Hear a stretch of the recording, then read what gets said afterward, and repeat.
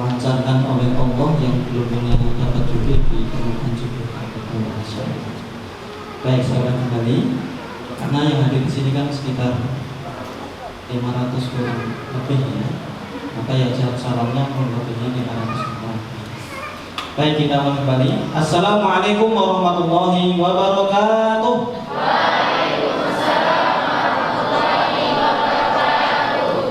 Alhamdulillah, alhamdulillahi wa kafa, wassalatu wassalamu ala rasulihil mustafa wa ala alihi wa sahbihi wa man ihtada. Asyhadu an la ilaha illallah wahdahu la syarika lah wa asyhadu anna Muhammadan abduhu wa rasuluhu la nabiyya wa rasula ba'dah. Qala Allah ta'ala fi kitabihil karim wa nunazzilu minal qur'ani ma huwa shifaa'un wa rahmatun lil mu'minin.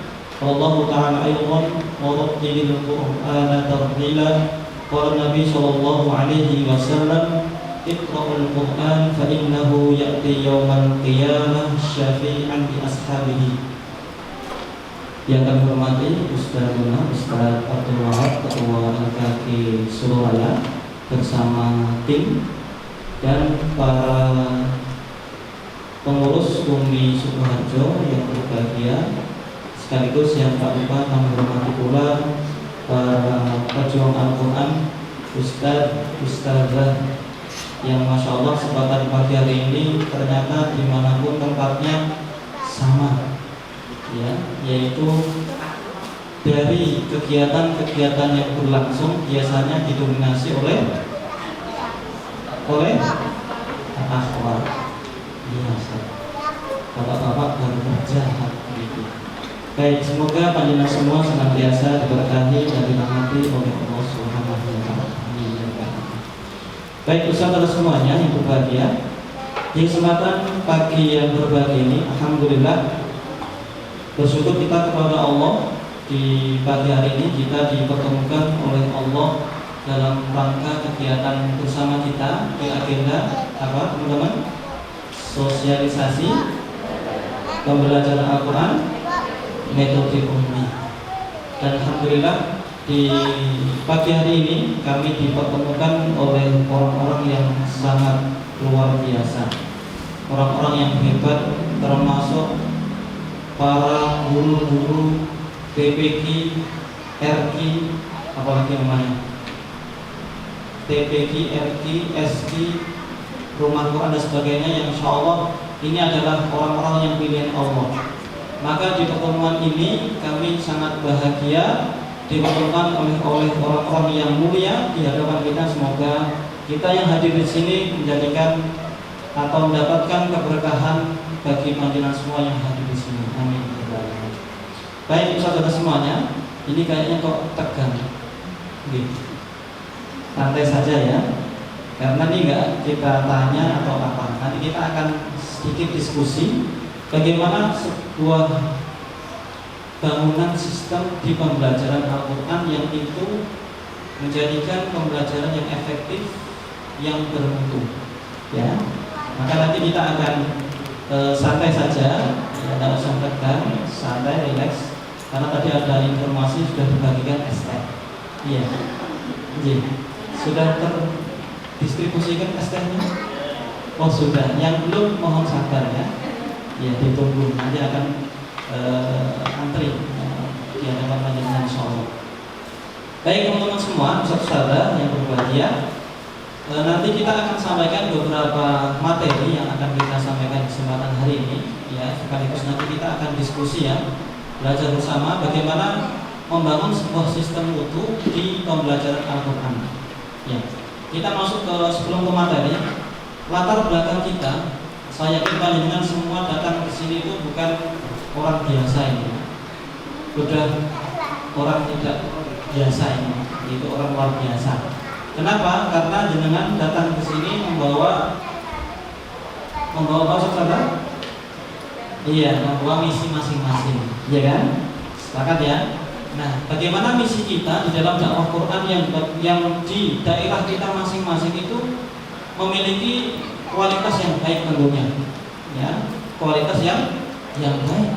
Ya, mohon maaf, ketika kita melihat sebuah TPG yang tadi saya lihat di sini sudah terdata sekitar 20-an TPG plus sekitar 100 kurang 5 guru-guru Al-Quran. Ya. Harapan dari sebuah pembelajaran Al-Quran di setiap lembaga maupun formal maupun non formal itu menginginkan pembelajaran Al-Quran itu menginginkan yang penting jalan atau memang betul-betul jalan dengan berkualitas. Pilih mana Ustaz Saudara? Yang penting jalan atau pinginnya berkualitas? Baik, sepakat ya. Baik, alhamdulillah. Berarti kita sama di sini ya. Nah, disinilah letak sebuah kemuliaan kita seorang guru Al-Quran. Bagaimana proses belajar Quran itu menjadikan murid-murid santri kita itu menjadi murid-murid yang berkualitas. Minimal kita sebagai pengajar ya, anak yang kita ajarkan itu sebagaimana gurunya, bacaan Al-Quran kan begitu. Kan? Kan nggak mungkin kita sebagai guru Quran itu, apalagi guru TPG, menginginkan oh nanti anak yang saya ajari mungkin belum seperti kita, begitu kan? Maka harapan kita bersama inilah yang menjadikan latar belakang kita semua datang ke sini untuk bersama-sama bagaimana memikirkan lembaga yang kita kelola, TPG Panjenengan semua bisa baik semuanya insyaallah. Di samping lagi di dalam pembelajaran Quran pun sangat banyak ya keutamaan fadilah keutamaannya.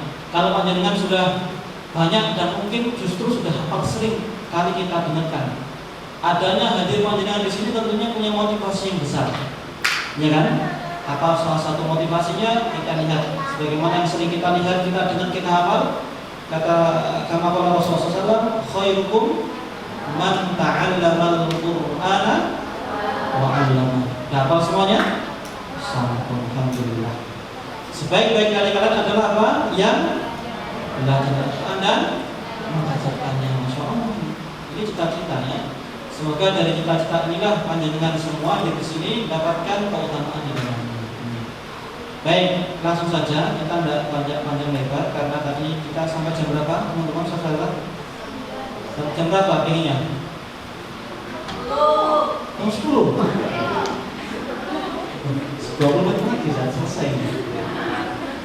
Jam berapa? 12 sore. Siap? Iya. Baik. Biasanya kalau saya mengisi sebuah kegiatan saya berdiri. Izin berdiri boleh? Ya. Biar santai. Dengan yang sudah mendapat STEK silakan langsung diminum saja ya.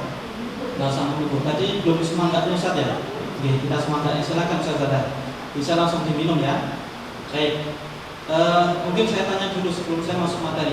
Adakah di sini para teman-teman ustaz-ustazah yang sudah mengenal tentang metode ini? Atau mungkin sudah pernah mengikuti pelatihan di metode ini? Angkat tangan. Angkat tangan. Ikuti pelatihan sertifikasi guru Al-Quran metode ini? Belum. Ada sertifikasi Ustaz. Berarti nanti dapat tunjangan Ustaz. Iya. Kita istilahnya sama tapi beda. Ya. Baik, kalau belum, sekarang saya tanya, jenengan sudah pernah mendengar kata metode ini atau belum? Oh, sudah. Kapan? Lama Ustaz di YouTube ya? Di mana lagi? Apakah ada di teman-teman lembaga sekitar yang jenengan lihat atau pembelajaran Al-Quran di metode ini? Pernah melihat? Pernah? Belum? Belum. Baik, kalau belum nanti kita akan kenalkan ya. Apakah metode ini itu? Ya. Biar nanti kita sama. Sekarang ini banyak sekali metode-metode yang ada di Indonesia. Bahkan ada sebuah penelitian hampir lebih dari 200 lebih metode yang ada sekitar. Maka Umi disinilah hadir di Indonesia untuk bisa mengambil sedikit peran untuk bisa mendakwakan Al-Quran di seluruh rakyat kita di Indonesia. Bahkan berapa juta umat di Indonesia yang bisa mengaji, ya kan? Maka inilah peran kita di sini untuk bisa membantu di dakwah Al-Quran. Baik, langsung saja para saudara semuanya. Nanti silakan kalau mungkin ada yang tanyakan boleh bisa mencatat. Tapi kalau memang tidak ada pertanyaannya jangan dicari-cari begitu ya. Jadi, jangan diadakan begitu. Saya lihat di sini teman-teman sudah membawa pensil pulpen semua ini ya, mencatat sesuatu ini kayaknya ya. Dan mohon maaf kita membagikan sesuatu untuk panjenengan. Ya, biasanya kalau kegiatan seperti ini mungkin yang pernah diikuti akan dibagikan buku, buku umum itu seperti apa kok? Bawa sini Ustaz, gimana bukunya? Oh ini, dibagikan gratis begini ya. Bukunya seperti apa gitu ya? Pengennya dibagikan gratis? Oh iya, saya ingat tahu panjenengan kan di sini ya. Seperti ini ya. Maka di sini nanti kami bersama tim, insya Allah tidak promosi buku, gitu. Kami akan menawarkan sebuah sistem bagaimana proses pembelajaran Quran itu bisa berjalan dengan baik, gitu ya. Maka diawali dengan dari tadi sudah kenalan belum? Iya, kenalan singkat saja ya. Baik, nama saya adalah Muhammad Khalil, bertempat tinggal di Sukoharjo. Ya, rumahnya Sukoharjo ada. Oh ini Sukoharjo semua ya. Baik, pasnya di Kecamatan Bulu. Ada yang dari Kecamatan Bulu? Belum? Iya, kecamatan yang paling pojok sendiri, paling terpencil di daerah Sukoharjo saja. Iya, sana kecamatan yang paling dalam mendekati Wonogiri, bagian selatan gitu. Baik, itu saja. Nah, kita akan diskusi singkat sedikit tentang apa itu UMI, termasuk sini panjenengan melihat UMI Foundation, gitu ya. Di dalam pembelajaran Al-Quran, yang alhamdulillah di UMI Foundation ini bergerak di tahun 2020, ya 2026 dan aktif di tahun 2011, begitu ya. Di setiap beberapa lembaga pengguna, ya sejak tahun itu sampai sekarang alhamdulillah sudah banyak di pengguna metode UMI, termasuk di beberapa daerah provinsi yang ada di seluruh Indonesia. Maka nanti kalau panjenengan pergi ke seluruh Indonesia di beberapa provinsi daerah, insya Allah sudah ada di metode UMI, ya. Dan terpusat di metode UMI adalah di Surabaya, ya. Pusatnya di sana. Maka nanti seperti apa di sana, atau mungkin panjenengan sudah melihat semuanya di sana, atau mungkin pernah melihat di kantornya, silakan nanti bisa main di sana. Maka kita lihat di sini sedikit tentang sebuah infografis dulu ya, ini infokan dulu. Jadi alhamdulillah UMI Foundation di tahun 2022 ini belum kita update. Kita update di sini per tahun akhir. Di tahun 2023 sudah kita update, tapi kita belum lihat secara penuh update yang terakhir. Pengguna di metode UMI seluruh Indonesia itu ternyata belum banyak panjenengan ketahui ya. Ternyata buktinya dengan metode UMI sudah tahu belum, baru dengan ini, baru tahu ini, bahkan baru lihat ini, gitu kan. Maka di sini kita sampaikan ada 37 provinsi yang ada di seluruh Indonesia sudah ada metode UMI. Ya, apa itu? Adanya di situ ada UMI daerah seperti ini. Ya, kita ada UMI daerah di seluruh Indonesia itu sekitar 60 lebih sampai sekarang mungkin ya, yang ada di setiap wilayah daerah masing-masing. Ya, dan di sini alhamdulillah di Sukoharjo. Ya, setelah kemarin di beberapa tahun yang lalu ada UMI Solo Raya. Sekarang sudah ada wilayah sendiri di setiap kabupaten. Oke. Berikutnya adalah ada guru-guru Al-Quran yang ada di metode UMI. Berikutnya ada berapa santri yang sekarang ini mengaji, ya sekitar setengah juta lah, baru berperan untuk bisa mengal-Qurankan di Indonesia ini. Ya, termasuk lembaga pengguna kita ada sekitar 40.000 sekian. Mungkin di tahun ini sudah lebih. Ya. Berikutnya lagi para saudara semuanya, peningkatan kita di pengguna mungkin di tahun ini kita sampai di tahun terakhir data yang ada di sini, bahkan nanti di tahun 2024 akan kita update terus begitu. Ini mungkin sudah lebih dari 55.000-an sekitar itu. Ya, dari lembaga formal maupun lembaga non formal. Jadi di UMI itu ada lembaga formal dan lembaga non formal. Seperti apa ya? Formal seperti TK, SD, SMP, SMA itu ada. Apalagi yang non formal seperti apa yang di sini DBK, terus yang terjadi apa yang di sini berkembang? Rumah Quran, apalagi? Hah? Sudah itu kok yang di sini hadir. Dan yang lain-lainnya itu ya. Maka alhamdulillah di Sukoharjo pun sendiri ini sudah banyak pengguna UMI, terutama di wilayah Sukoharjo itu ada sekitar 45 yang terdata dari kami. dari lembaga formal maupun non formal, dari DPD, rumah Quran, rumah kafe, termasuk rumah Quran, ada istilahnya kan, ada lagi istilah yang lain yang kita lihat di situ, ada rumah Quran, ada yang seterusnya itu, sahabat Quran dan seterusnya. Baik, berikutnya saudara semuanya, di manakah provinsi yang ada di sini? Ya, sudah kita tuliskan di sini beberapa 37 provinsi tadi yang sudah ada di sekitar Indonesia. Dan alhamdulillah di Indonesia kita sudah ada perwakilan wilayah di setiap daerah. Ya, nanti kalau panjenengan mau sowan ke daerah mana yang aslinya bukan Sidoarjo, pulang kampung mau ke daerah Sumatera, silakan bisa disebutkan mungkin di daerah Sumatera, Sulawesi, Kalimantan, bahkan Papua sudah ada. Ya, ada yang di sini dari luar Jawa? Ada ya, alhamdulillah. Baik, di sini jenengan ngapain? Jauh-jauh datang sini, nyari ilmu ya? Iya. Baik, gitu ya. Nah, sekarang kita akan masuk kepada visi dulu ya. Atau mungkin sebelum masuk ke sini, tadi saya sampaikan bahwasanya Umi, mohon maaf saudara-saudara semuanya, kita tidak menawarkan sebuah sistem, sebuah buku ya. Tidak kita ini loh silakan beli buku gitu ya. Dan banyak diskusi kita dengan LKT tadi. Coba di kemarin bertanya, nanti kalau yang ikut pelatihan dapat enggak buku enggak? Wah, enggak bisa, kita belum bisa berikan buku. Ya. Kenapa demikian? Karena kami tadi kita sampaikan kita menawarkan sebuah sistem tadi. Nah, nanti kita akan belajar bersama bagaimana ini sistem akan kita jalankan. Ada sebuah bangunan sistem yang ada di metode Umi yang menjadikan kualitas bacaan dalam Al-Quran. Ada 10 pilar dasar, ada 7 program dasar, ada 7 tahapan mengajar. Itu salah satunya. Maka kembali kepada sini, apa yang menjadikan latar belakang kita di metode Umi ini semakin berkembang. Ya, saya yakin panjenengan semua sudah punya metode masing-masing. Dan Umi mempunyai komitmen sebuah latar belakang yang menjadikan perkembangan Umi sekarang ini semakin banyak. Apa itu? Yang pertama adalah memang kebutuhan dalam proses belajar Al-Quran setiap tahun itu kita lihat semakin lama semakin besar. Sepakat? Sahabat? Semakin besar atau semakin kecil untuk setiap tahunnya? Besar. Ya. Terbukti apa? Banyak sekali lembaga-lembaga Quran yang sudah muncul mungkin di Solo Raya ya, atau mungkin di daerah lain itu menginginkan sebuah mutu Al-Qur'annya baik. Belum lagi sebuah lembaga yang di situ menjamin sebuah mutu yang besar, terutama mutu Al-Qur'an yang baik.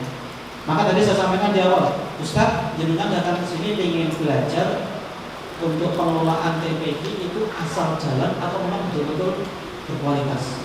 Jenengan tadi jawab adalah kualitas, Ustaz. Ya, nanti kita akan diskusi.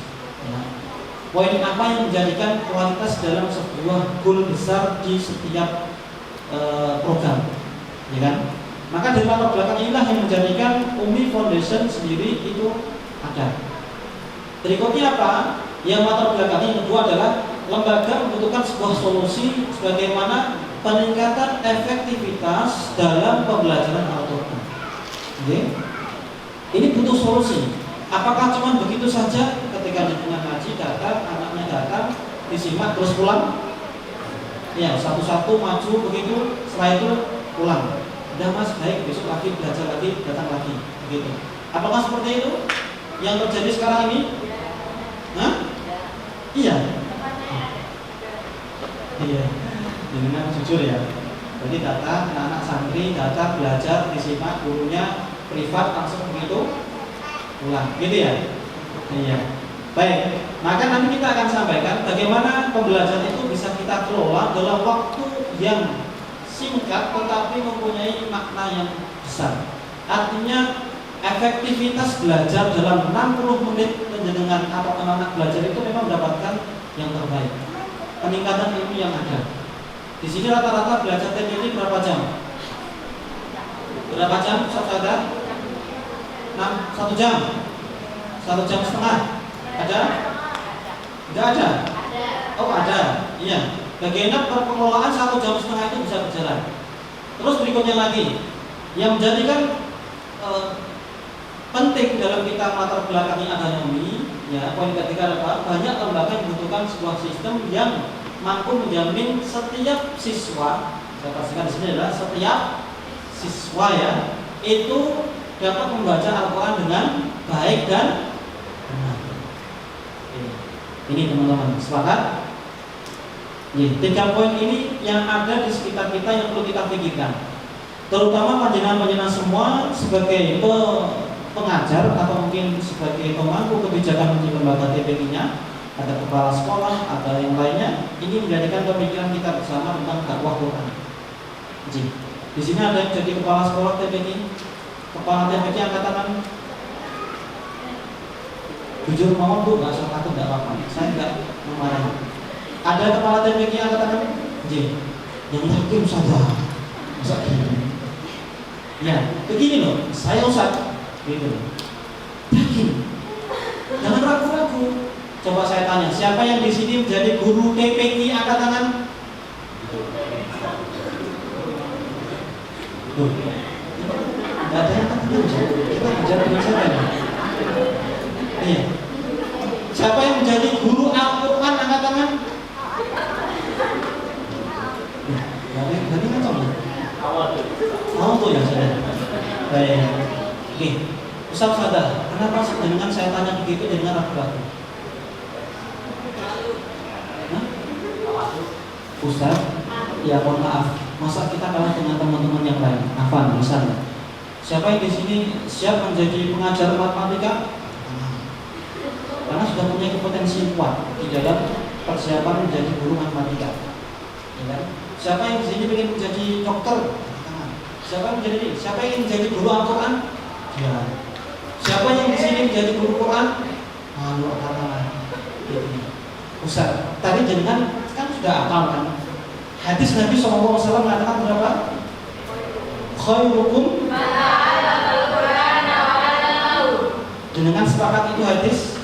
Yakin? Yakin? Siapa di khairukum sebaik-baik dari kalian berarti apa?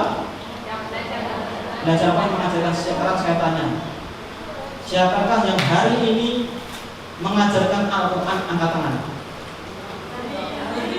Ya hari ini. Ya hari ini sebagai pengajar Al-Quran angkat tangan. Ternyata masih malu ya saya. Tidak apa-apa lah, karena tahu tadi ya. Oke. Baik teman-teman, kalau ditanya hal yang seperti ini, Afwan jangan malu sana. Ya harus yakin, Ustadz saya pengajar Quran. Kenapa? Karena ini bagian dari apa? Kemuliaan yang betul-betul profesi yang memang langsung dari Rasulullah. Ayo bayangkan, carikan dalil profesi yang kita jalani selama ini selain dari Al-Quran yang ada dalam hadis. Ada? Nah, ya mungkin itulah kita belum menemukan. Justru inilah panjenengan hadir di sini itu memang betul-betul profesi yang langsung dari Rasul. Bagaimana seorang kemuliaan kita sebagai manusia itu yang bisa mengajarkan Al-Quran? Ayo, ya orang yang mulia loh, sadar. Ya, sebaik-baik manusia loh, bukan sebaik-baik yang lain loh, manusia loh. Jenengan di sini kan berarti yang terbaik di antara semua manusia yang mau mengajarkan dan belajar Al-Quran. Iya. Belum lagi tentang pahala. Bisa profesi ini yang langsung dijamin pahalanya akan mengalir. Siapa yang tidak mau? Jenengan mau nggak? Mau. Nah, kok mau ditanya Ustaz siapa yang mengajarkan Quran? Gak ada yang ngaco. Berarti ini salah apa ini Ustaz? Iya. Belum punya kemampuan. Berarti apa ini? Terpaksa dari saya datang ngajar PPK terpaksa Ustaz nggak ada yang ngajar. Wis daripada anak lari-lari di rumah tak ajar. Wis terpaksa soalnya kayak mesin lain. Begitu? Iya. Apakah begitu? Iya, Masya Allah. Betul sekali. Baik, sekarang kita rubah ya. Bagaimana dakwah Quran di tempat panjenengan itu bisa jalan. Ini tugas siapa? Ini ngangkat. Ya, iya kan? Justru dalam satu kampung jenengan itu punya peran yang besar di situ, bahkan mempunyai peran yang sangat strategis untuk pengembangan, maka disitulah pahala yang besar untuk panjenengan. Ya enggak? Iya. Apa teman enggak pengen man qara'a harfan min kitabillah falahu hasanah wal hasanatu bi asri amsalha. Ya kan? Kata Nabi, la aqul alif lam mim harfun walakin alifun harfun lam harfun mim harfun. Apa enggak pengen dapat pahala seperti ini, saudara? Hah? Pengen enggak? Ya kan? Kalau ingin ya yakin, harus ya, bukan hanya yakin tapi harus bangga. Ustaz, sekarang ini mungkin hilang kebanggaan seorang guru TPG. Ditanya ketika pulang kampung, Ustaz di Solo ngajar apa? Ada yang di luar Jawa tadi? Iya, ngajar bantu Pak. Iya kan? Lah bantu apa? Bantu di masjid itu ngajar TPG. Iya, nggak langsung Ustaz di Solo ngapain Ustaz? Atau Bu, Pak disuruh aktivitasnya apa? Anu Pak, ini saya bantu sebuah pengelolaan pembelajaran Al-Quran yang bermutu. Yakin nggak? Yakin. Iya, jangan malah wah jadi nggak yakin. Padahal di sini justru dengan akan mempunyai sebuah pahala yang luar biasa amal saja yang tidak akan terputus gitu. Baik, itu ya. Ini sebuah ini aja, ya seringan saja teman-teman saudara. Jadi di sini biar kita sama, nggak terpaksa kita di sini begitu. Yang terpaksa tidak apa-apa lah. Terpaksanya dapat pahala kan insya Allah ya. Baik, kita masuk tambahan sini ya. Kita lanjut. Nah, dari latar belakang inilah di sini Umi ada sebuah moto. Yaitu apa satu? Mudah. Ada yang tahu moto Umi? Satu adalah mudah. Kedua, oke, saya lihat. Kedua apa? Ketiga. Yang ketiga ada yang tahu? Ya, siapkan doorkesan. Nanti kita kasih aja. Yang ketiga apa? Ayo. Ini yang menjadikan moto besar kita dalam proses mengajar Al-Quran. Termasuk adanya Umi itu punya sebuah moto mudah, menyenangkan, menyentuh hati. Bagaimana prinsip kemudahan kita di dalam mengajar Quran? Apakah sekarang ini ngaji itu terkesan ngaji itu angel? Gurunya galak? Iya. Berarti di sini tetap gurunya galak? Enggak ya? Enggak. Baik, bagaimana yang mudah? Harapan kita, saudara, ngaji itu hal yang mudah. Jangan dipersulit. Kemudahan kita di dalam mengajarkan Al-Quran, kemudahan kita di dalam anak menerima ilmu yang kita sampaikan, termasuk ilmu Al-Quran itu ilmu yang mudah, bukan dipersulit. Ya kan? Sebagaimana Allah Ta'ala berfirman jelas di dalam Al-Quran, walaqad yassarnal Qur'ana lidzikri. Itu. Jadi kita itu belajar itu dengan suasana yang mudah, harapan dari gurunya mudah. Murid yang menerima ilmu dari gurunya juga mudah. Ini positif yang harus kita bangun seorang guru. Oke, ya. Oke, yang kedua, apa ini? Menyenangkan. Apakah selama ini belajar Quran itu menyakitkan atau menyiksa? Ya, Ustaz, jenengan sebagai guru, coba sekarang sebagai guru anak-anak ibu santri-santri yang ngajinya terpaksa atau karena memang dia memang dari hati anak-anak itu yang belajar itu bisa. Saya nggak bertanya gurunya terpaksa juga ngaji loh ya, ngajar loh ya, enggak. Ya, saya tanya adalah muridnya dulu. Maka disinilah peran kita sebagai guru itu bagaimana ngaji itu dengan suasana yang senang, Ustaz. Tidak dengan suasana yang tegang. Ya, suasana tegang itu seperti apa? Misal, ada yang memberikan contoh suasana tegang dalam belajar ngaji yang biasanya itu loh Bu, saudara, yang biasa apa? Hah?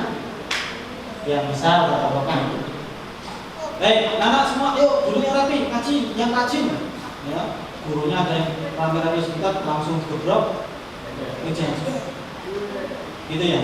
Terus belum lagi nanti guru anaknya ketika ngaji kan harus di depan, nggak iso kok mas, ini loh dibaca, misalnya begitu. Ada yang seperti itu? Nah, tidak ada insya Allah ya. Maka ini suasana yang harus kita bangun Bagaimana ngaji itu dengan suasana senang, oke. Ya, apalagi ketika ada guru kita dulu waktu kita kecil, ketika sholat dipukul tangannya, belum lagi dilempar, gitu kan. Itu kan suasana jadi menegangkan ya.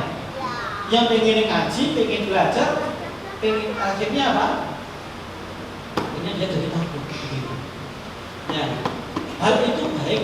Kalau memang itu akan berhasil dalam pendidikannya akan baik. Jadi guru anak-anak yang memang betul-betul kualitas. Ya kan? Maka di sini moto kita di UMI yang adalah menyenangkan, suasana yang senang. Jadi ngaji itu bukan beban. Jadi, termasuk menjadikan ngajar Quran itu bukan beban. Ada yang di sini pengajar Quran beban? Ada yang terbebani ngajar Quran Iqra itu terbebani? Hah? Kalau terbebani dan beban, mending mulai sekarang nanti putuskan jangan ngajar. Tidak usah ngajar. Kalau terbebani, kenapa saya demikian? Saya katakan, maaf ya. Kalau terbebani ngajar, dengan akan menderita setiap kali ngajar. Di nomboran. Dia maksud terpaksa akhirnya ilmunya nggak harusnya tersampaikan, akhirnya apa? Tersampaikan karena beban. Yang jangan pikirkan beban. Coba kalau dengan seperti ini, oh ini hari apa ini? Ahad. Oh ya nanti jam 4 saya ngajar. Sudah siap mengajar kan? Ya, di rumah sudah persiapan. Nanti saya ketemu dengan santri-santri akan menyampaikan ilmu yang saya sampaikan. Maka inilah rasa senang yang akan senantiasa bangga menghadapan ini. Rasa senang lagi. Beda dengan ngaji datang sudah masuk belajar sudah merasa punya beban yang berat. Apalagi sudah tanggung jawabnya itu banyak di rumah, belum lagi ada pekerjaan yang harus diselesaikan kan gitu. Belum lagi masak, belum lagi apa lagi Bu? Nah, yang mereka belum sudah gitu ya. Akhirnya apa? Ya terpaksa. Ya mungkin awal-awal nggak apa-apa, tapi harus dijaga, diingatkan, ditata terus ingatkan begitu. Bahkan ya, hari ini kita akan diskusi lagi. Lanjutnya, nah misi dari UMI di sini saya percepat ya. Di metode UMI punya misi apa? Satu, membangun sebuah menjadi lembaga terdepan dalam melahirkan generasi Qurani. Jadi metode UMI ini, ini ada di seluruh Indonesia, itu mempunyai sebuah misi yang mulia yang menjadikan generasi Quran. Ya, bukan ada beberapa tempat itu memang Ustaz UMI itu miliknya ini. Karena UMI itu yang membawa ini, miliknya ini sampai diklaim begini. Tetapi UMI di sini adalah memang metode yang di situ ya terdiri di seluruh teman-teman yang ingin menggunakan. Justru dia mutlak murni dakwah Quran. Bisa masuk di mana-mana. Ya, bukan milik seorang atau organisasi golongan tertentu. Ya, ini kita sampaikan ya. Jadi silakan. Ya, kita tidak mengklaim ini milik UMI. Bahkan UMI Foundation, direktur kita Ustaz Haji Mas Dodi dia mengatakan, silakan semua bisa memakai sistem ini. Karena ini bagian dari miliknya kita bersama, bukan miliknya seseorang. Baik. Di situ ada sebuah bangunan sistem termasuk pendidikan dakwah yang proporsional. Kita pengelolaan yang baik dan proporsional. Lanjut ya. Berikutnya, 3 kekuatan di UMI. Saudara semuanya, kira-kira yang menjadikan sebuah mutu itu baik dalam seluruh aspek, terutama di sini adalah pendidikan Al-Quran, itu terpengaruhi di faktor apa? Kalau kita di sini mencatat 3 kekuatan mutu sebagai solusi efektivitas pembelajaran Quran itu baik. Angkat tangan, nanti dapat ST. Iya, coba. Double lah, ya. Ada di. Iya, oke. Apa Ustaz? Mantap. Apa tadi? SDM gurunya bagus. Jadi sepakat? Betul, Masya Allah. Sekarang yang kedua, apa? Konsisten. Oke, siapa yang konsisten? Guru dan yang diajar. Oke. Konsistensi guru itu berarti bagian dari SDM ya? SDM termasuk SDM itu maksudnya guru kan gitu, Ustazah? Bu? Iya, berarti sama. Ada yang lain? Antar kurikulum. Berarti berkaitan dengan kurikulum, berarti di situ ada sebuah buku, ya kan? Metode kan? Ya. Jadi adanya kurikulum itu kan adanya alat ukur kita di dalam menyampaikan sebuah ilmu kan. Adanya buku, media, ini bagian dari kurikulum. Strategi kan gitu. Ya, target itu adalah bagian dari kurikulum. Sepakat? Sekarang yang ketiga. Satu lagi. Ayo, ST-nya masih ini. Ada? Satu lagi. Ya, apa? Yang keras. Dana. Insyaallah. Enggak apa, keras. Enggak sama lu bagian dana, enggak sama lu. Baik, dana. Dana berarti apa ini? Hah? Uang ya? Iya, baik. Nah, apakah dana itu menjadikan mutu ini menjadi baik? Bagian dari dana itu baik. Kalau nggak ada dana nggak baik, Ustaz. Pokoknya intinya dana ini. Kalau nggak ada dananya nggak jalan. Apakah begitu selama ini? Jawab. Apakah begitu selama ini? Enggak. Berarti belum masuk bagian ini. Ayo, apa lagi Bu? Baik, saya bantu ya. Yaitu apa? Yaitu adalah sebuah alur. Ya, saya katakan di sini adalah alur atau rangkaian kegiatan yang di situ menjadikan sebuah ikatan dari sebuah tujuan goal yang itu akan senantiasa melekat kepada pelaksana atau melekat kepada sebuah metode itu. Ya, maka di sini kita sebut dengan sistem. Apa Bu? Sistem. Dari mana itu sistem bisa jalan? Maka nanti kita akan urutkan bareng-bareng ke sana. Ya. Yang menjadikan bangunan sistem itu kuat sampai menjadikan santri yang ngaji itu bagus, itu ada rangkaian yang harus kita komitmenkan bersama. Tidak mungkin bisa jenengan ujuk-ujuk bagus tanpa ada alat kontrol, tanpa ada evaluasi dan seterusnya. Apakah bisa terjadi? Apakah seperti itu bisa terjadi? Bisa. Bisa betul. Apa yang menjadikan bisa itu anaknya bagus? Ya, kata ibu tadi yang pertama apa? SDM.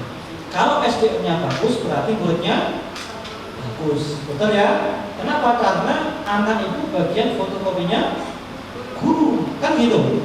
Tetapi apakah dari anak yang bagus dengan guru yang bagus itu bisa menyeluruh dalam satu lembaga bisa bagus? Jawabannya enggak, Bu. Enggak. Berarti di sinilah kita bicara sistem yang bisa menjadikan lembaga itu memang bagus seluruhnya. Oke. Nah, ini yang akan kita bahas nanti. Oke, siap ya? Kita mau ke sini. Satu, metode yang bermutu. Yang kedua apa? Guru yang Yang ketiga apa? Sistem yang bermutu. Kalau dengan lihat presentasi di sini, kira-kira faktor terbesar keberhasilan pembelajaran Quran itu terletak pada mana? Guru. Kepada siapa? Guru. Siapakah guru itu? Kok gak ada yang jawab? Siapakah guru itu? Yang yakin loh, Ustaz. Yakin loh ya. Baik, saya tanya, siapakah guru itu? Saya Ustaz.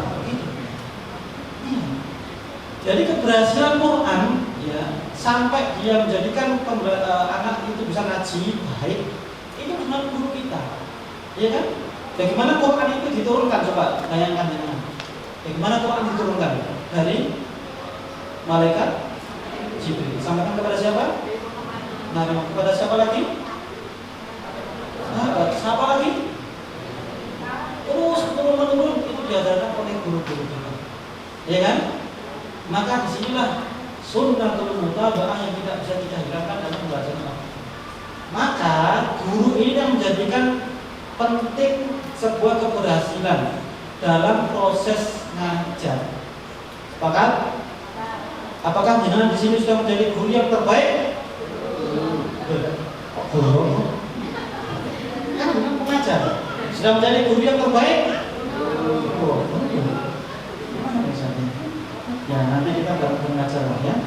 Baik, ini ya, kedua metode. Metode itu apa? Adanya tadi buku yang di sini kan disampaikan. Di sini kita akan belajar bagaimana metode itu, bagaimana bisa berjalan baik.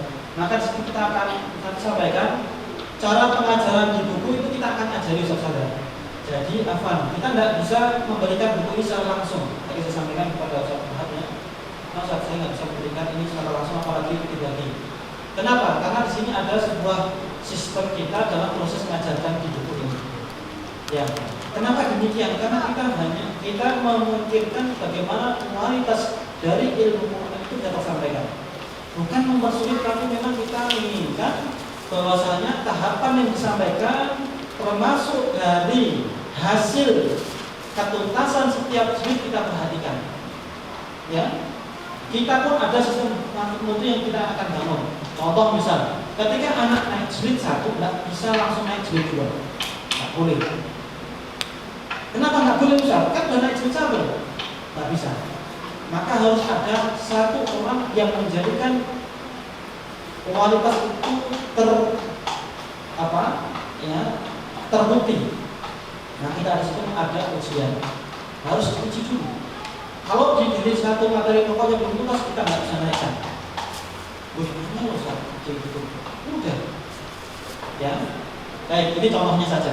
Berikutnya sebuah sistem. Apa itu yang dimaksud sistem? Kalau guru jelas ya. Kalau kita bahas kan, dengan guru semua, kan berkualitas semua kan? Iya kan? Insya Allah kan gitu. Yang dimaksud guru yang berkualitas itu seperti apa, saudara? Satu, minimal kita guru itu harus punya kompetensi yang dimiliki bagaimana guru itu dan ngajar kan gitu. Kalau jadikan ngajar Quran berarti harus memiliki kompetensi ngaji Quran yang baik, ya kan? Yang baik, ya kan? Kan nggak mungkin kita pengen menjadikan anak yang baik gurunya nggak baik. Apakah harus begitu Ustaz? Gak ada sengaja, gak ada sengaja nanti. Iya, kok angel kok Ustaz pengen ngaji, pengen ngajar kok angel? Bukan mempersulit sahabat, tapi yang kita hadapi bukan sembarangan. Iya, yang kita hadapi itu adalah Al-Quran, kalamullah. Bagaimana Quran ini diajarkan dengan guru-guru yang belum punya siap untuk mengajar. Afan, ketika kita ngajar, tetapi gurunya belum bisa ngaji. Ya, terus gimana yang diajarkan? Ya, akhirnya apa? Dia ngaji, dia ngajar, nanti malah yang disampaikan ilmu yang salah. Bagaimana ilmu itu salah dan diajarkan kepada yang lain, akhirnya menjadi apa? Rusak kita.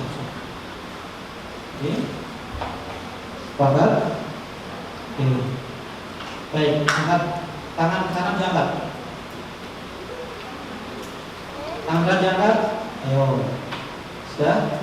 Pegang pundak teman kita, santai-santai.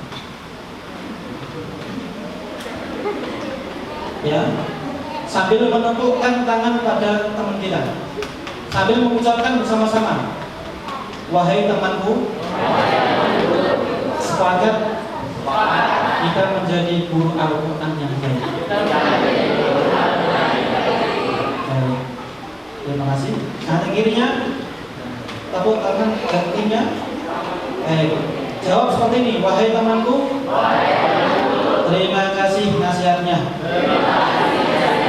Kita akan bersama-sama menjadi guru Quran yang baik. Baik, sudah. Saya lihat kayaknya ada yang ngantuk kayaknya. Ya. Yang mau ngantuk langsung ya, silakan. Sudah ya, sepakat dari sini ya. Guru yang baik harus menjadikan kita menjadi guru yang baik. Dari siapa? Bacaan harus baik. Apa saudara? Ketika kita sebagai kepala sekolah, contoh saudara, sini kepalanya apa? Saudara ini. Baik, masya Allah ini double lengkap semua pahalanya didorong beliau ya. Kepala sekolahnya beliau, gurunya beliau, bagian satgas beliau, bagian cari dana ya beliau, terus bagian ajar ya beliau, semua didorong beliau. Saudara siapa namanya saudara? Saudara Zainam. Oke. Baik, kepala sekolah beliau. Ketika ingin mencari guru Quran, saudara Zainam, mesti kan beliau akan melihat, Bu, dengan ajar Quran ya kan gitu. Beliau kepala sekolah melihat dengan potensi belajar Al-Qurannya baik, dengan ngajar ya kan gitu. Dia sudah siap untuk mengajar, kan gitu guys ada. Tambah lagi, ketika seorang kepala sekolah ini mencari sebuah SDM, kalian lembaga besar, pengennya itu mengajarkan materi tentang misal IPA ya, atau mungkin matematika begitu. Maaf, biasanya kepala sekolah juga akan selektif dalam mencari guru. Mesti yang dicari itu apa? Sarjana matematika, iya kan? Gak mungkin ngajar di lembaga, ngajar matematika yang mencari apa? Sarjana seni, nggak bisa ngajar matematika. Kita sebagai guru Quran, saudara, paling tidak kita harus punya komitmen. Saya ngaji harus baik. Kan kompetensi kita di situ. Kalau belum baik gimana Ustaz? Ya harus usaha. Iya kan? Wah, nggak ada Ustaz. Saudara, dengan ngaji itu tadi saya katakan, kalau terpaksa mending berarti aja daripada menyesalkan diri nanti. Jadi gimana? Kita harus ada usaha, saudara. Biar mendapatkan pahala tadi loh, ya kan? Wis gak apa-apa Ustaz, aku terpaksa Ustaz, itu ada usaha. Kepala sekolah yang punya peran nanti. Nanti ya pertanyaannya Ustaz. Saya yakin nanti ada yang tanya. Lanjut ya. Nanti tanya jawab kita full di situ. Lanjut kok Ustaz nyalakin dulu atau Ustaz enggak begitu. Kita bersama-sama untuk diskusi ya, insyaallah. Tapi kalau langsung kan nyambung. Ya, disimpan dulu Ustaz. Insyaallah saya sudah tahu. Nanti materinya tanya jawab, ya fokus tanya jawabnya. Lanjut ya. Lanjut di dalam keilmuan kita, Afwan di sini kita akan sampaikan barangkali beberapa pertanyaan. Kadang pertanyaan itu akan muncul di perkembangan zaman kita di dalam mengajar. Ya, terutama di sini. Di metode umi, Ustaz, metode umi itu Al-Quran bacaan riwayatnya dengan siapa? Guru-guru kita sudah mentasfih para pengurus, para trainer, termasuk para guru Quran di bawahnya. Apa itu sanad keilmuan kita dalam Al-Quran itu guru-guru besar kita di sini yang menjaga proses bahasa kita. Yaitu apa? Ada Ustaz Dawi yang kita sekarang di Jawa Timur yang kita kira Ustaz Asro bersama guru-guru beliau adalah Ustaz Syekh Mahir Hasan Al-Majid. Kenal beliau? Beliau ada di sini di Karanganyar, mungkin di sana. Ada pernah ke sana? Sekali mana? Ya, dan mungkin di situ itu guru kita sana kita. Termasuk guru-guru beliau di sini. Ini keilmuan bacaan Al-Quran kita. Yang saat ini banyak pertanyaan yang muncul pada kita, itu sanadnya siapa? Maka kita sampaikan riwayat bacaan Al-Quran yang ada di kita itu mengikuti bacaan riwayatnya bersama guru kita yang nyambung sampai Rasulullah. Gitu ya. Baik, sudah. Lanjut kita diskusi saja. Termasuk guru-guru yang menyusun buku ini.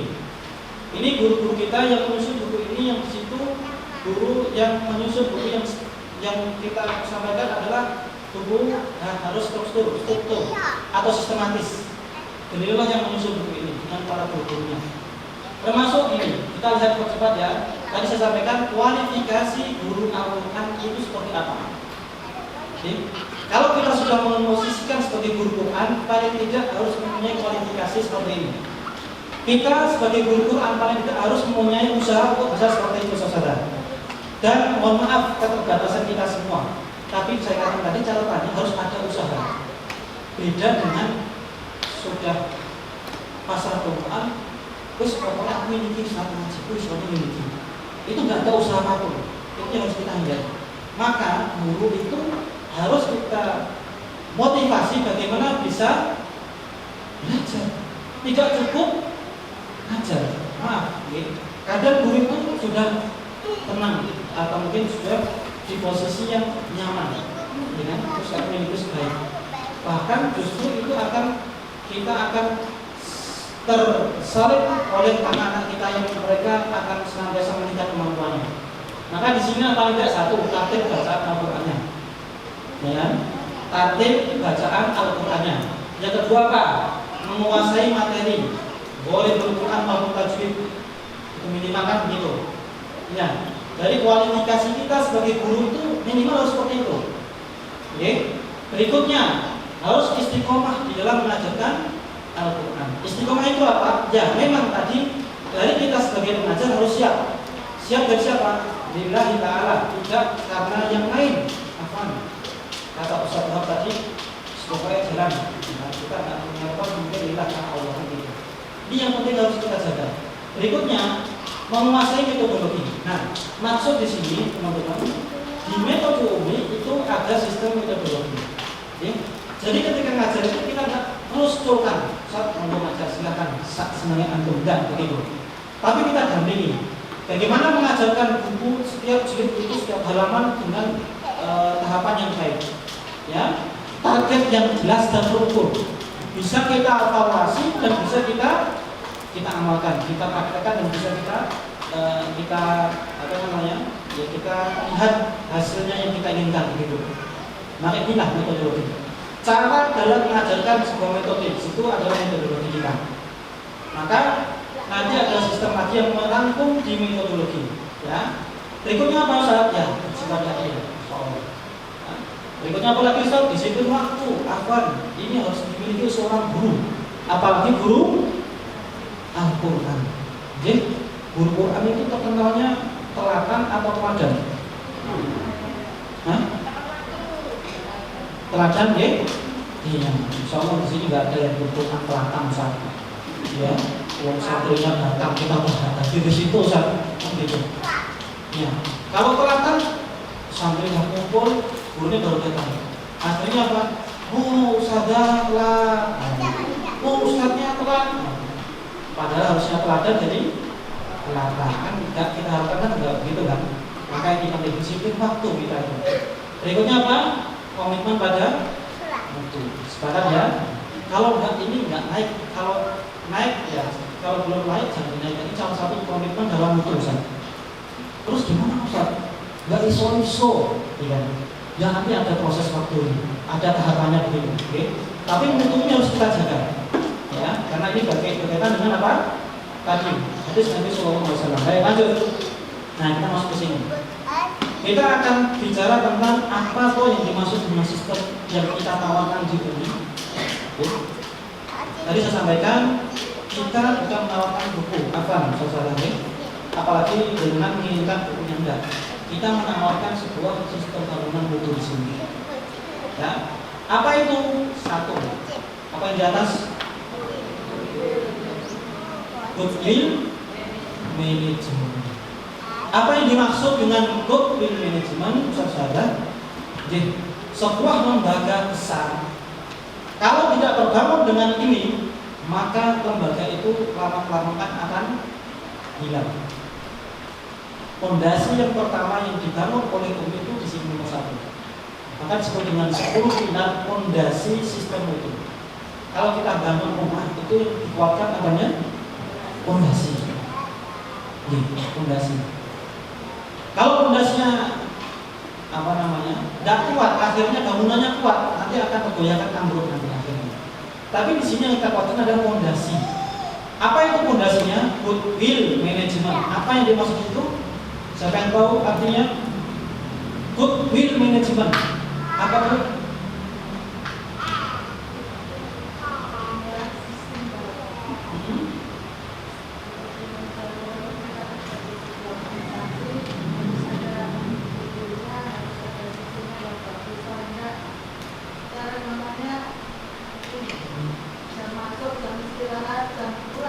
Ya. Masya Allah. Siapa yang menjelaskan itu? Orang pertama kali yang menjelaskan itu siapa? Siapa yang mempelopori? Baik. Kata beliau, pelopor pertama dalam sebuah bangunan sistem itu berasal dari kepala. Oke? Di sini juga sama. Lembaga kita pengen bagus itu harus berasal dari siapa? Kepala sekolah. Afan, kalau di lembaga swasta ada ketua yayasan, di sekolah ada kepala sekolah, ada TPQ, ada siapa? Ada kepala TPQ-nya. Oke, begitu. Kenapa ini yang paling penting? Kenapa? Karena alasannya begini. Ketika sebuah kepala itu sudah memberikan sebuah instruksi ke bawah, begitu kan? Maka kita sebagai pengajar, kita sebagai pelaksana, apakah kita tidak nurut oleh kepala sekolah?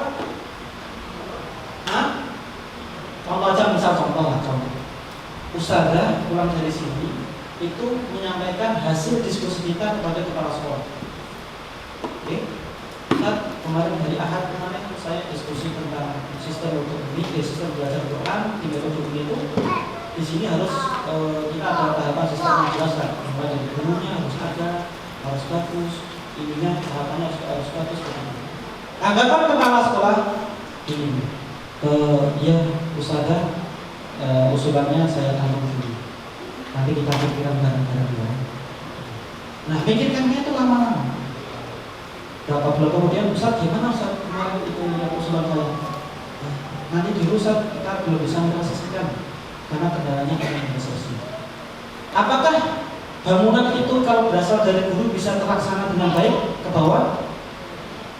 Apakah usulan tadi betul-betul bisa terlaksana diterima oleh kepala sekolah ataupun kebijakan di situ? Enggak. Ya kan? Beda halnya ketika itu dari atas. Komitmen kepala sekolah baik, pokoknya saya kepala sekolah ketua yayasan tidak rela kalau Qurannya anak-anak yang ngaji di sini nggak baik. Ini misal, berarti saya akan berusaha untuk menjadikan lembaga ini baik dari seluruh proses yang ada di sana bawah.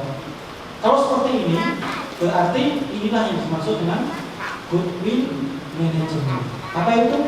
Dukungan yang baik, motivasi yang kuat dari pengelola, pemangku kebijakan. Pasti di bawahnya akan ngikut. Betul tidak? Betul tidak? Oke, kan jangan pas semua kan? Ya, ini fondasi yang pertama. Sepakat? Oke, karena yang kita urusi apa? Bukan hal yang remeh. Ya, ini akhirat kita, saudara. Bukan dunia kita.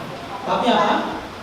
Akhirat kita. Bagaimana akhirat kita itu dimulai dari kepala sekolah, komitmen kita baik, ya, Qurannya baik, insya Allah keberkahan untuk lembaga, ya kan, keberkahan untuk gurunya, ya kan, keberkahan untuk siapapun wali muridnya, anak-anaknya yang ngaji dalam situ. Maka di sini paling penting seorang goodwill management. Oke, yang kedua, apa yang dibutuhkan dalam bangunan itu? Sebuah sistem belajar Al-Quran harus disediakan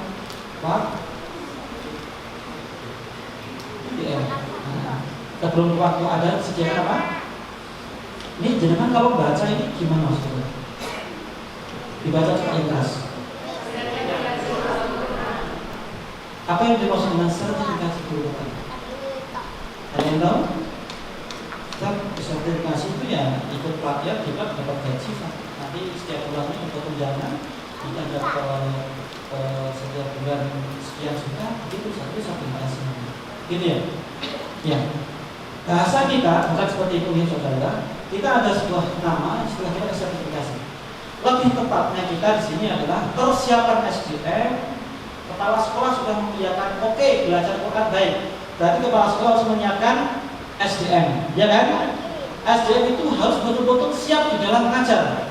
Saya katakan tadi bukan hanya asal, Mas, ayo ngajar mengaku si penting jangan mau, enggak, tapi juga harus didukung. Mas, dengan mau ngajar di sana, saya bantu untuk harus dengan belajar. Begitu harusnya.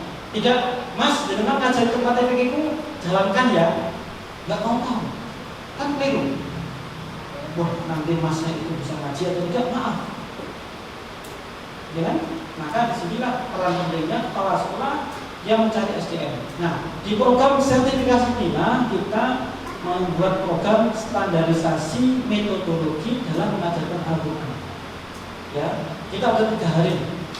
Yaitu apa? Diajari bagaimana cara penyampaian buku setiap jilidnya tadi. Mulai dari tahapan mengajarnya, alokasi waktunya, pengondisian anaknya, termasuk administrasinya, problem solvingnya, bagaimana ketemu anak seperti ini, solusi seperti apa. Dan yang penting bisa kita ajari tentang bagaimana mengajar yang baik dari tahapan pertama salam sampai penutupan. Itu standar kita. Jadi Ketika kita tanya, ketika teman-teman itu menyampaikan, Ustaz, kok 60 menit cepat banget ya? Gitu. Kenapa? Ya karena memang beliau-beliau yang ngajar di sini sudah tersistem gitu. Tahapannya ini selanjutnya begitu. Akhirnya apa? Kalau ini 60 menit itu lama ya Ustaz Hei, tapi menjadi kurang. Kenapa? Karena tahapannya baik tadi. Oke. Maka di sini kita dinamakan persiapan SDM lewat sertifikasi guru Al-Quran. Lanjut, harus menyediakan waktu yang cukup memadai. Oke. Apa di sini kepala sekolah pemangku kebijakan harus ada waktu yang cukup. Maaf, misalkan ya, kita sebagai pengajar Quran ya, melaksanakan program Quran, apalagi kita sebagai pemangku kebijakan di lembaga kepala sekolah itu, ketika ingin Al-Quran baik, maaf ya, ketika ingin Al-Quran baik, tetapi waktunya nggak diberikan dengan baik, apakah target bisa tercapai? Enggak. Maka disitulah disebut dengan target yang jelas tidak bisa terukur, ya kan?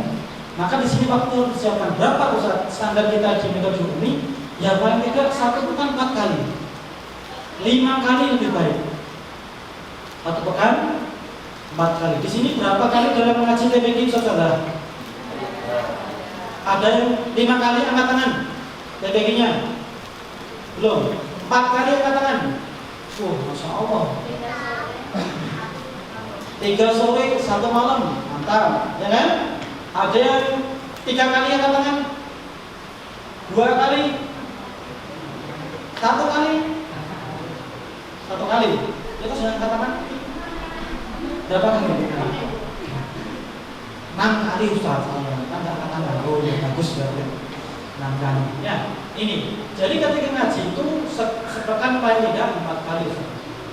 Kalau pas waktunya berapa kali ya, berapa menit dalam kita ngaji, minimal 60 menit. Saya katakan standar minimal 60 menit. Lebih baik. Kurang harus melihat faktor apa yang menjadikan kurang dan rekomendasinya apa gitu. Oke, sepakat ya. Jadi waktunya harus cukup. Gak mungkin kepala sekolah itu menginginkan target yang tinggi, tapi waktu tidak diberikan. Contoh, yang ikut TPI sepekan 2 kali, maaf, nanti 2 tahun harus wajib bisa baca Quran. Ada begitu? Kira-kira bisa baca Quran selama 2 tahun sepekan 2 kali, yang mungkin nggak bisa saudara? Mungkin nggak usah? Nah, mungkin nggak? Lihat anaknya dulu mau kan? Anaknya kan pintar, anaknya Ustaz, anaknya Ustaz. Mungkin 2 tahun selesai. Gitu ya? Sekarang pertanyaan saya, apakah semua yang mengaji jenazah itu anak Ustaz semua? Anaknya Ustaz semua? Ya kan? Anaknya yang pintar-pintar semua? Kan enggak? Kan kita itu menaungi seluruh anak-anak yang ngaji di situ kan? Maka bagi anak yang mungkin katakanlah pintar didukung oleh orang tua di rumah bisa jadi. Tapi yang kita pikirkan apakah sekian persen itu anak Ustaz semua? Kan enggak? Paling sekian 10%-nya dari semuanya gitu. Maka ini yang kita garap bersama-sama. Ya. Maka di sini fungsi 4 kali waktu yang cukup itu untuk menangani anak-anak yang memang butuh perhatian yang banyak terhadap Al-Quran. Oke, itu. Berikutnya, setelah waktu apa? Harus ada rasio yang proporsional pada kita. Rasio guru dan siswa harus proporsional. Maksudnya apa? Saudara? Contoh. Ini paling bocor, ya. Daripada jangan ngantuk, saya tanya. Ya. Tanda hanya ngasih TPG, pengajar TPG. Oh belum. Belakangnya ngajar TPG. Dengan ngajar 1 murid dalam 1 halaman pendidikan berapa muridnya?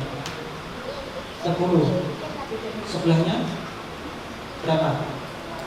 10. Bagus. Ada yang lebih dari 10 angkat tangan? Ada enggak guru dengan ngaji dalam 1 kelompok lebih dari 10? Ustaz? 1 kelompok berapa Ustaz? 1 pengajar 3. Mantap. Iya. Berarti mantap 1 pengajar 3 ini Ustaz. Terus sebelahnya Ustaz? 2. Iya, 5. Boleh, mantap ini. 1 banding 5. Wah, muridnya kalau nggak pintar sama gurunya, ini dilakukan gitu. Ya. Iya kan? Ustaz berapa? Ya. 10. Oh belum. Ada yang lebih dari 10? Satu guru megang berapa santri? Itu loh maksud saya. Oke, pintar Ustazah. 17, terus 15, 22. Ya rata-rata begitu ya. Yang ngajar dengan sendiri. Iya, satu guru megang 22 santri. Kadang 17, kadang 15 kan gitu. Saya tanya dengan efektifkah jenengan ngajar selama 1 jam menangani 22 siswa, anak bisa ngaji kakek, bisa meningkat kemampuannya Bu? Ada. Saya mulai setelah sholat Jumat, anaknya itu langsung belajar. Oh, jajar langsung gitu ya? Iya. Masya Allah. Cukup waktunya. Tersimak semua. Masya Allah. Hebat ya gurunya ya. Iya. Kalau nggak gurunya nggak hebat nggak bisa begitu. Seperti itu. Apalagi muridnya bagus. Wah luar biasa itu contoh ya.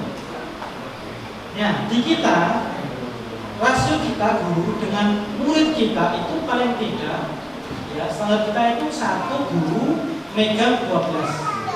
Ya 12 itu maksimal. Oke 12. Kalau kurang dari 12 bagus. Maka tadi saya sampaikan Ustadz megang 1 orang, guru megang 3. Coba kalau nggak pinter anaknya, privat itu. Ya privat itu. Ya kalau nggak seperti gurunya, yang aneh mana itu? Ya. Kenapa demikian? Karena waktu kita selama 60 menit terbagi menjadi katakanlah 12. Perhatian kita kepada siswa kita itu peningkatan yang kita sampaikan itu belum tentu sama seperti yang kita harapkan. Maka rasio itu bagian penting kita di dalam membangun sebuah mutu. Tidak mungkin Afan 1 orang 22 siswa ya dengan sistem pembelajaran yang kita inginkan bacaannya bagus, mungkin waktunya akan lama. Gitu? Belum lagi yang seperti ini 1/3. Dengan kalau dapat pilihan 1/3 dengan 1/22 menit ngajar yang mana? Baik, terima kasih Ustazah. Bagus ya. Baik, di kita seperti ini ya. Ini penting rasio itu. Ya. Kenapa kita bagi waktu? Kan nggak mungkin kita 1 orang 10 menit, 60 menit. Kalau kita hanya hitungan matematika, 60 menit dibagi 12 anak, 1 orang mendapatkan berapa menit pelakuannya? Nah, 12. Berapa? 60 menit dibagi 12 berapa? 5 menit. Ya kan? Belum lagi telat muridnya, belum lagi yang telat gurunya, belum lagi nanti nggak masuk muridnya karena alasan itu dan ini, belum lagi pengondisian yang belum kita kondisikan. Sudah berapa menit anak itu hilang waktunya, terpulangi waktunya dalam ngaji. Kan matematikanya kan gitu. Itu betul tadi ya. Bicara matematika loh ya. Ya bukan bicara ini. Kalau kita kan mungkin sudah praktekkan tadi. Ya.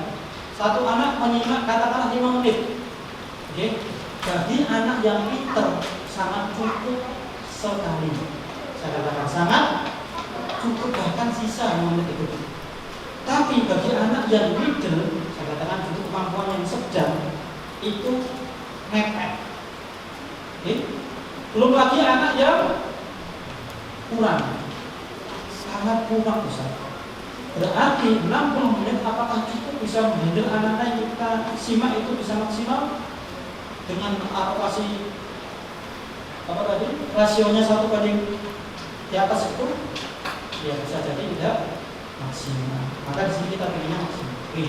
Baik, lanjut ya. Setelah itu harus ada koordinator yang membawai di sebuah lembaga. Tadi saya sampaikan, salah satu tugas peran penting koordinator apa harus ada koordinator atau harus ada Bu.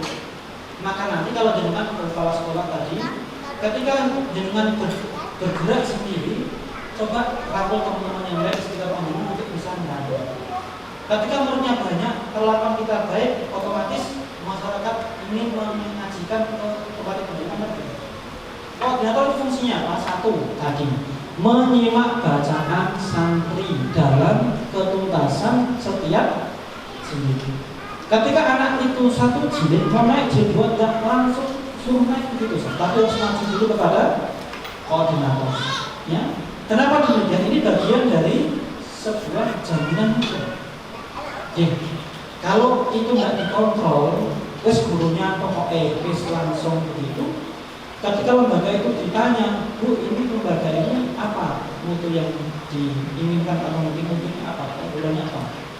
Kualitas bacaan kita sebagai pengelola kan menjadi nggak yakin.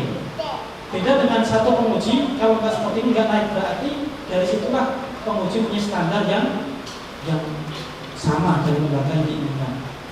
Otomatis di sini peran koordinator itu adalah mengondisikan proses pembelajaran, mengevaluasi proses belajar, plus dia bertanggung jawab untuk mengelola kegiatan secara berlangsung, tahapannya, mengontrol, mengevaluasi, plus ketika ada yang naik jilid dia harus masuk ke ujian kepada saya.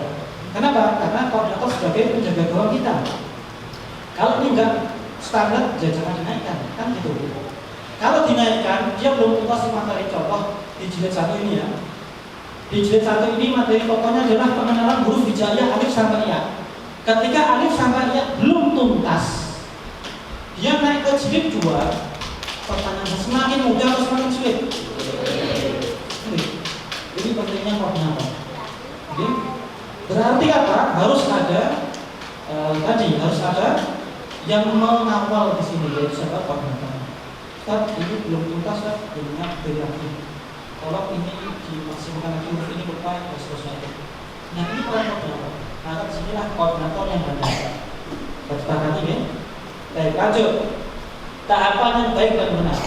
Nomor 6. Saudara semuanya yang berbahagia. Di poin yang ke-6 ini harus adanya tahapan yang baik dan benar guru di dalam mengajarkan Al-Quran. Maka di UMI sudah menyusun seluruh tahapan ini dari proses awal salat sampai akhir dia penutupan. Seperti apakah tahapannya Ustaz? Saya contohkan nih, saya contohkan. Di situ ada alokasi waktu pembagian yang harus kita terapkan saat ajar. Ya, ibaratkan kita kemarin ada pembagian ada 5, 10, 10, 35. Itu. 5, 10, 10, 35. Total berapa? Total berapa? Hah? 60. Salah apa? Bingung. Kan tadi alokasi kita kan 60 menit. Ya kan? Kita bagi menjadi 5, 10, 10, 35. 5 menit pertama meliputi apa saja Ustaz? 1 pembukaan. Pembukaan itu apa saja Pak Ustaz? Meliputi tanda kata, absensi, ya. Terus apa lagi? Hah? Doa, itu pembukaan. 5 menit cukup? Cukup. Belum lagi mengondisikan santri yang dia lari kemana. Berikutnya lagi ada 10 menit. 10 menit pertama kita masuk ke hafalan. Apa saja? Hafalan. Proses penyampaian hafalan selama 10 menit apa saja yang harus kita lakukan, kita sampaikan, kita ajari. Di situ ada penanganan, ada persepsi, ada penanaman konsep, ada pemahaman konsep, ada evaluasi. Bagaimana proses ngajarnya dalam hafalan itu bisa tersampaikan dengan baik, anak-anak cepat dengan standar yang baik, itu kita akan ajari. Berikutnya 10 menit kedua yaitu apa? Klasifikasi peraga setiap jilid. Makanya di sini kita membawa contoh peraga. Ya, kita ada peraga jilid 1, 2, 3, 4, 5, 6 tajwid boleh. 10 menit itu tersampaikan di sini. Ya, peraga ini. Apa yang disampaikan Ustaz? Di situ ada 4 poin yang harus disampaikan dalam menyampaikan peraga. Ada persepsi, sama penanaman konsep, evaluasi dan keterampilan. Ya, maksud persepsi itu apa? Persepsi adalah mengulang materi yang sudah disampaikan sebelumnya. Itu namanya persepsi. Begini ya, sepakat dia sudah nyambung sampai sini. Insya Allah nyambung karena kita sebagai guru gitu. Nah, apa saja contoh seperti ini? Kita buka jilid 1 ini peraga kita. Berapa menit bukan peraganya? 10 menit saja, jangan lebih. Ya kan? Nah, ini kita akan ajarkan secara klasikal bersama anak kita. Nanti saya sampaikan bagaimana cara mengajarkannya. Contoh ya saudara. Ada 6 jilid, ada 7, 8 jilid. 10 menit. Setelah itu ada baca simak. Dahulunya itu adalah baca simak. Apa yang dibaca? Yang dibaca adalah apa yang bisa hukumnya masing-masing. Ya. Setelah itu guru juga mereka di buku prestasinya masing-masing. Di sini ada pengajarnya memiliki buku prestasi kan? Kota barang, ya, diisi terus, tidak ada yang bolong, ya, itu diisikan di sini. Anak baca sambil diisikan dinilai. Saat itu pula, jangan nanti, oke? Jangan nanti, tapi saat itu pula anak baca, simak, nilaikan sebagaimana nilai kemampuan anak itu ketika baca. Jangan nanti. Nanti akhirnya jadi apa? Wah ibu, kalau nanti bacanya gini, kayaknya nilai B. Nah ini kayaknya, ya bagus juga ya. Kayak tadi, kayak C. Akhirnya apa? Dia ngarang. Akhirnya ngaji kan? Sekarang kurang biji ya gitu. Iya kan? Oke, ini contoh. Maka tahapan ini nanti kita bahas di kegiatan pelatihan selama 3 hari ini. Terus ini harus terstruktur juga. Setelah itu, setelah 30, 5-nya terakhir adalah evaluasi di penutupan. Penutupan itu meliputi apa saja Ustaz? Ada review materi yang disampaikan dari hafalan kita 10 menit, adanya peraga yang kita sampaikan materi pokok inti yang baru tadi saya sampaikan diingatkan lagi. Terus penutup nasihat sudah itu 60 menit, masya Allah itu waktu yang sangat dibutuhkan sekali dan singkat. Ustaz, apakah anak-anak nggak ada yang lari nggak Ustaz? Apakah tidak ada yang gojek kalau seperti itu? Insya Allah tidak ada yang lari, tidak ada yang gojek. Oh iya Ustaz kenapa? Ya nanti saya lihatkan. Ya saya lihatkan. Ya, insya Allah aman. Itu yang dimaksud dengan efektivitas kita dalam mengajar. Nanti ada beberapa model belajar kita di dalam mengajar, model pembelajaran. Ada yang privat individual seperti yang tadi Bu. Privat satu baca, yang lain jejer. Antri sembako kayak gitu. Kita ada sistem yang namanya klasikal, privat klasikal individual. Klasikal individual. Ada yang baca simak, satu baca yang lain menyimak. Ada yang baca simak murni, satu baca dan menyimak dan halaman sama bukan sama. Kalau seperti itu apakah ada anak yang lari, gojek pergi? Ada enggak? Yang ada itu anak apa? Ayo Mas, kan jilidnya sama, halamannya sama. Otomatis satu baca yang lain, apakah dia lari? Tidak, berarti dia harus ini contoh. Baik, lanjut. Target yang jelas dan terukur di sini apa saudara? Setiap kita lembaga, terutama sebagai apa tadi, pemangku kebijakan, apalagi seorang guru lembaga harus ada targetnya. Mohon maaf ya, PPG jenengan harus ada targetnya sesuai. Kenapa? Ini menjadikan target acuan panjenengan selama ini ngajar itu pengennya apa? Pokok sementing waktu, sementing enek. Sing dari awal yang nggak dari enek, apa cuma sing penting rame anak-anak sing gayanya dolanan iso. Saya ini nggak jadi dolanan itu masjid. Apakah gitu? Kan enggak. Ya, maka komitmen kita harus ada target. Contoh misal, saya mau lolos TPI guru dalam mengajar, targetnya apa? Kalau kita ini dijelaskan, target kita dalam menyusun guru ini sudah ada.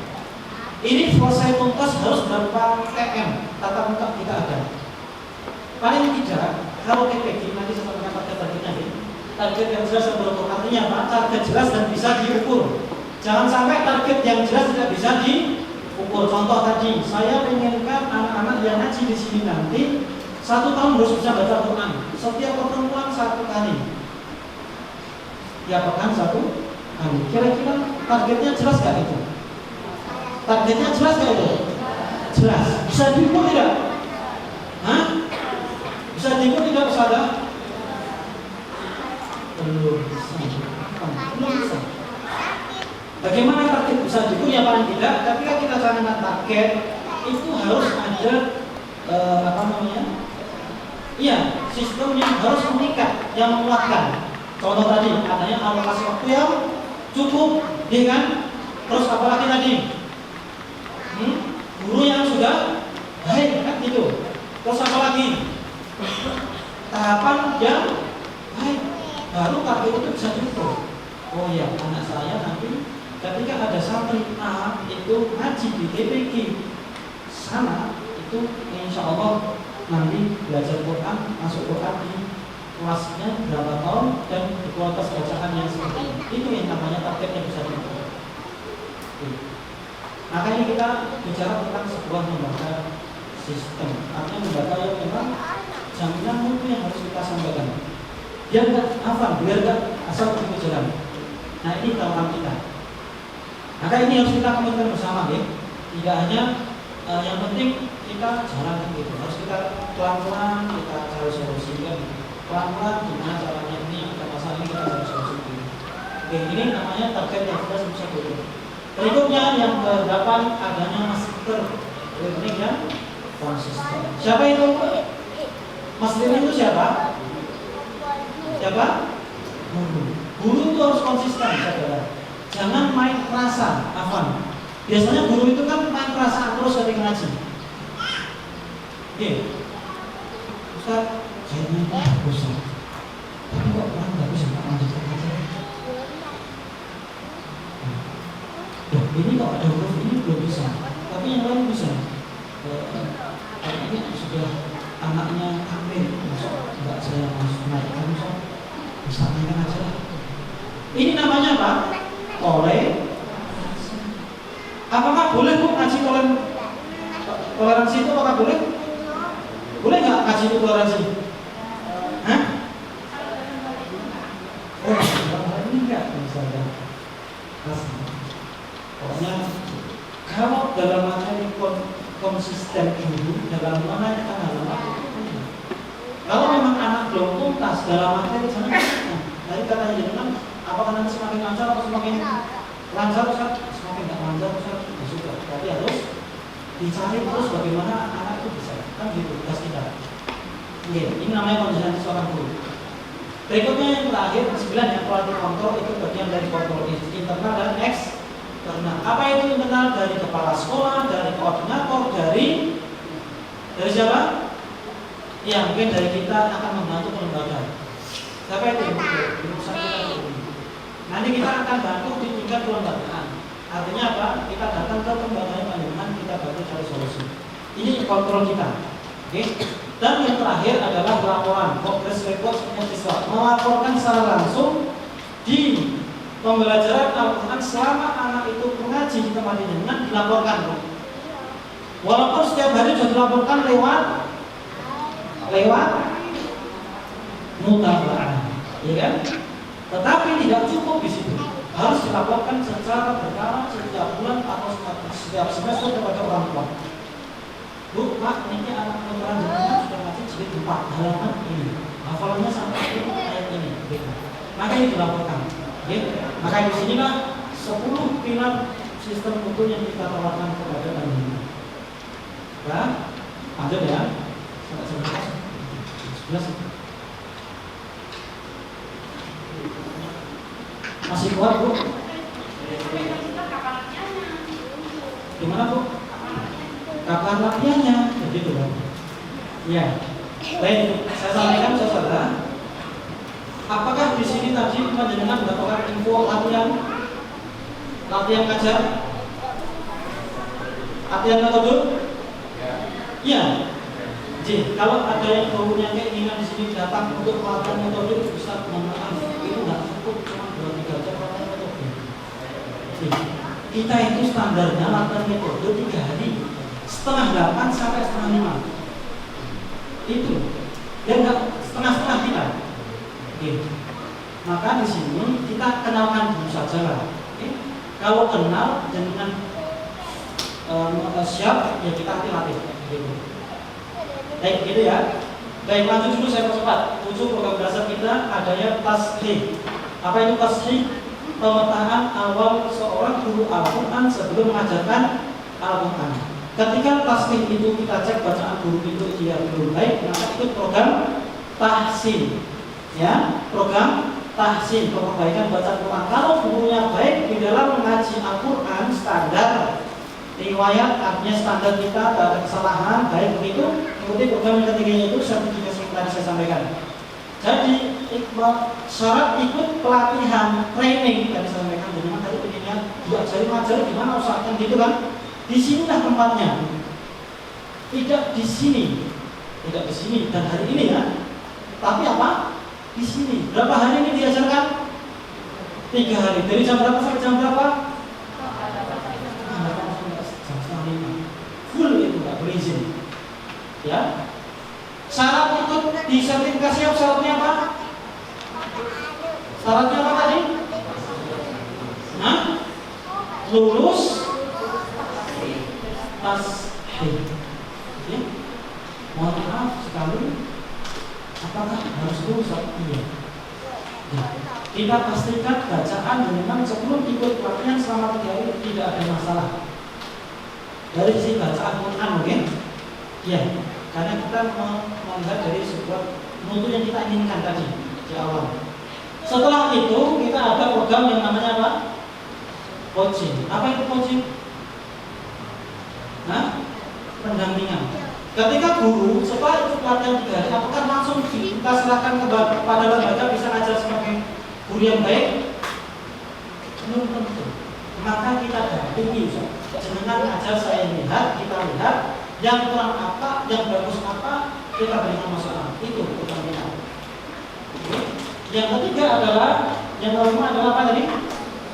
Supervisi. Apa ini supervisi? Wah, karena supervisi ya, menegangkan yang menakutkan. Enggak. Isinya apa? Kita memastikan dengan ketika posisi mengikuti program yang sudah dijalankan, ya, sudah menjalankan di lembaga, jenengan ngajar, kita lihat, kita amati, kita berikan masukan yang kurang, kita perbaiki, yang sudah baik kita tingkatkan. Itu namanya supervisi. Oke. Jadi melihat secara langsung proses tahapannya apakah sudah berjalan dengan baik atau belum. Kita berikan masukan, kita berikan solusi. Oh ya Bu, kadang kita menemukan masalah-masalah di setiap tempat, terutama guru dalam mengajar. Ustaz, ini anak saya seperti ini, Ustaz, ini solusi bagaimana? Suruh dia nggak mau, suruh gojek nggak mau, ya, suruh dia malah gojek, suruh gojek malah senang. Gimana solusinya? Nah, kita berikan. Siapa yang mensupervisi ini? Dari kita. Dari kita. Bukan dari pertama basic internal dan eksternal. Internal dari siapa? Koordinator tadi, kepala sekolah. Eksternal dari siapa? Kita yang hadir tempat ini. Oke, ini yang kita terapkan. Lanjut, setelah itu adanya apa Bu? Munaqashah. Apa itu munaqashah? Munaqashah itu adalah ujian. Jadi anak-anak yang sudah belajar sekian tahun yang tuntas di materi setiap program itu kita uji. Siapa yang uji?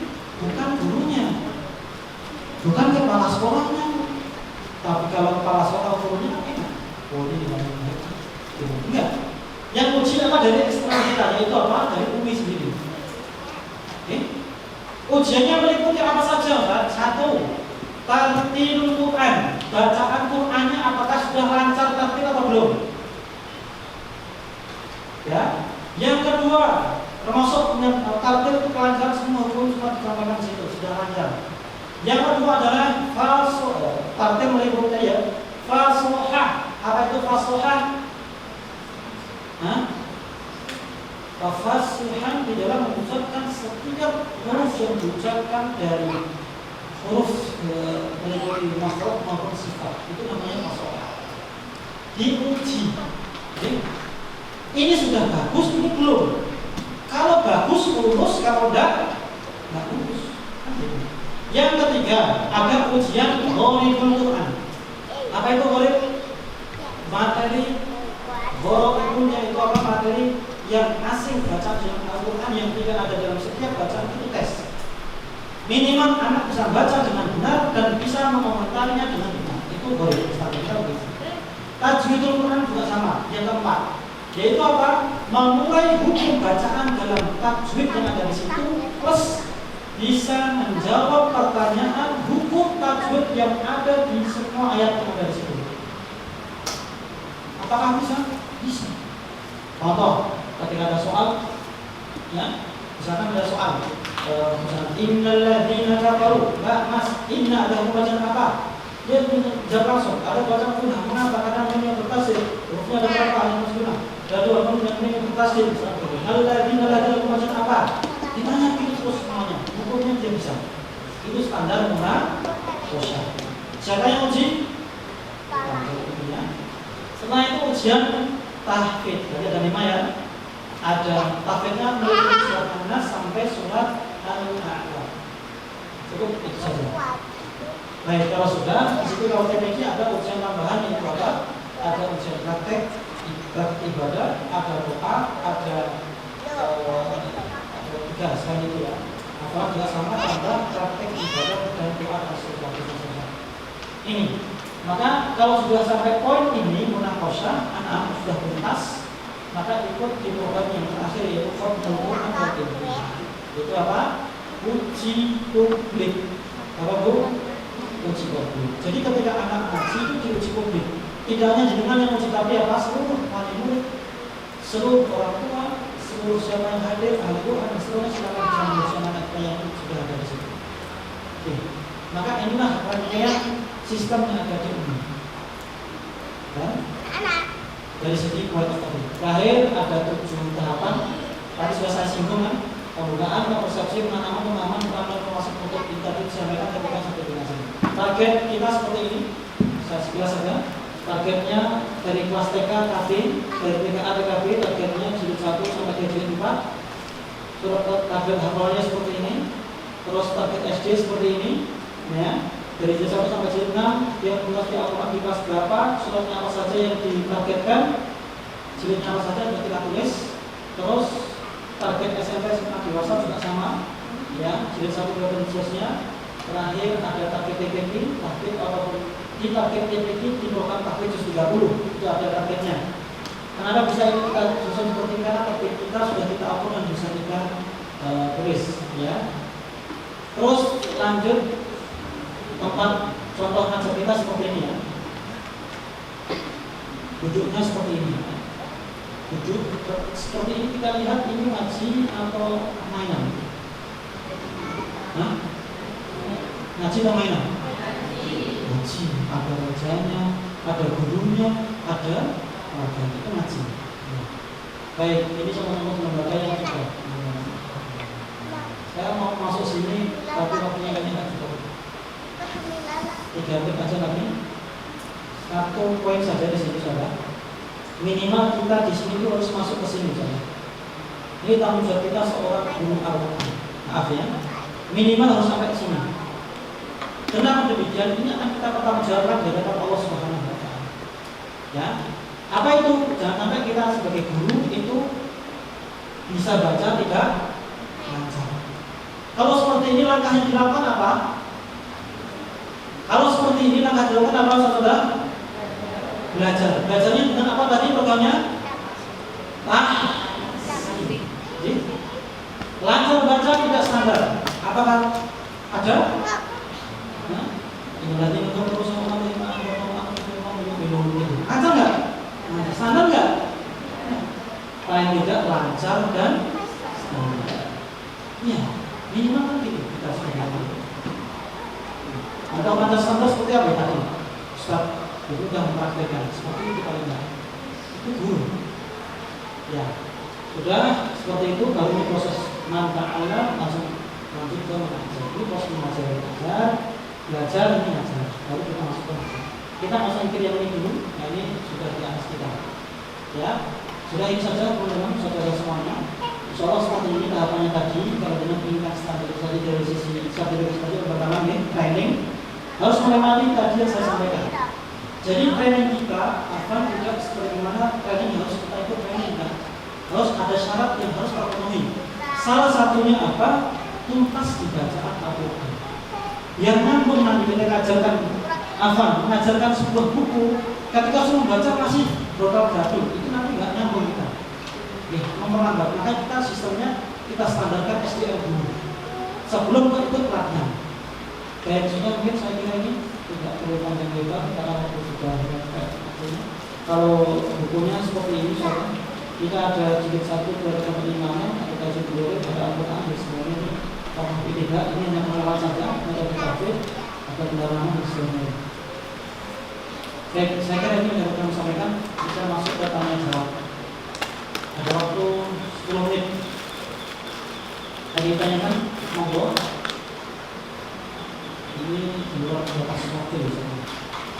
Maaf, ini dengan diinstruksikan sampai jam berapa?